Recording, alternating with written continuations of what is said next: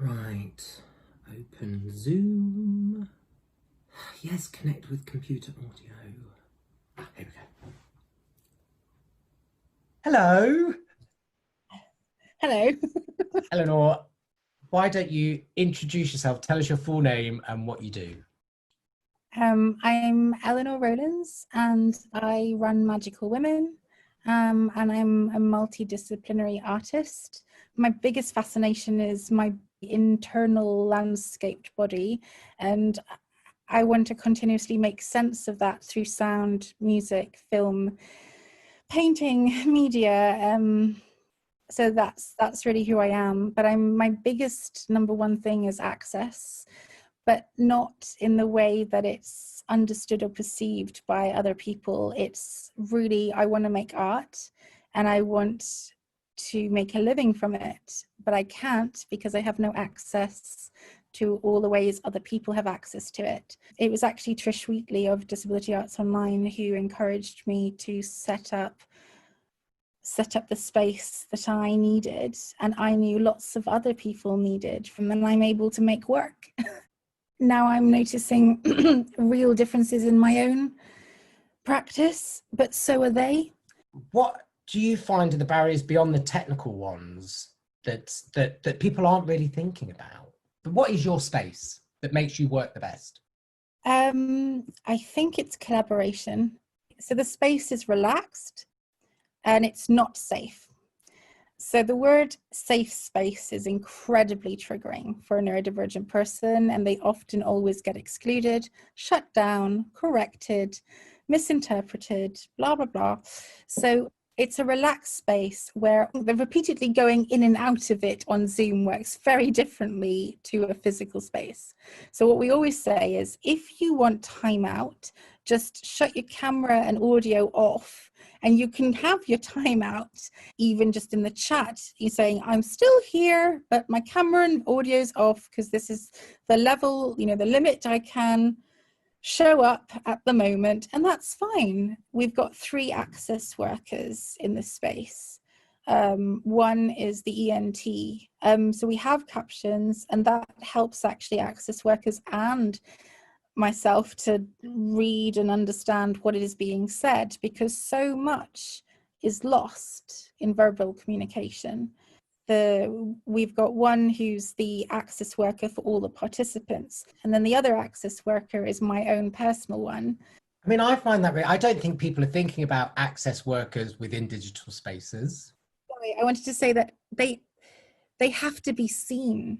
I was just gonna jump in there, if that's all right. And when we were speaking about the live collaborations, one of the barriers for that, however, online, was the facilitation of the live collaborations online.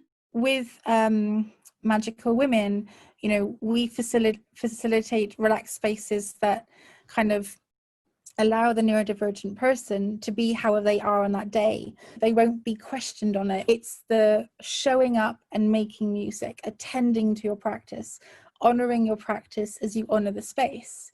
And so, they feel comfortable or free to make any art. The only time we've ever had issues is when people do talk about the space as therapeutic or therapy, and that's not neurodivergent people, that's neurotypical people. I use access as a tool for my work, and not just as an access to be included. I think it was last week we were, chatting around being given permission. Yes. So safe and inclusive space is really policing people. And a relaxed space is giving permission to be autistic. We don't want eyes on us. We don't want to be center of attention for our access. It's because we don't know them until we are in the space experiencing barriers. Ellie, I think, one of the things that we've talked about is kind of bit neurodivergent led spaces. Do you mind if I just tell Stella to go on her break? Okay. All right, I'll see you all later. Bye, Daryl. See you later. I think that's what Magical Women or the relaxed spaces does, is it brings a real deeper sense of connection, because we are just live collaborating. Neurodivergent people tend to need to collaborate in any kind of way in order to exist in the world, because their barriers are social interaction and communication. So what collaboration for me means is working with us, but not including us. So when people say, oh, we want to include you, there's a sense of hierarchy there. So they're normalizing this neurotypical system and this structure. Mhm. It goes back to the kind of like also Black and other ethnicities where white people do make white the normal. And, you know, it's not the normal for people who are not white. And so this sense of how do we include neurodivergent people is actually the wrong question. It's why aren't we trusting neurodivergent people to lead projects? Yeah. Cool. Fab. All right. Well, it was lovely to chat and lovely to meet you, Lucy. You too. Brilliant. Thank you. Yes, Bye. Bye. Bye. Bye.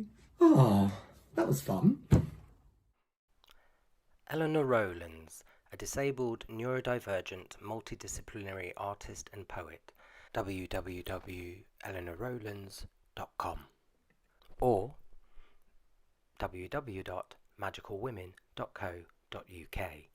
Twitter @magicalwomen1, Facebook @magicalwomen.adhdartist, Instagram @Elinor Rowlands ADHD artist.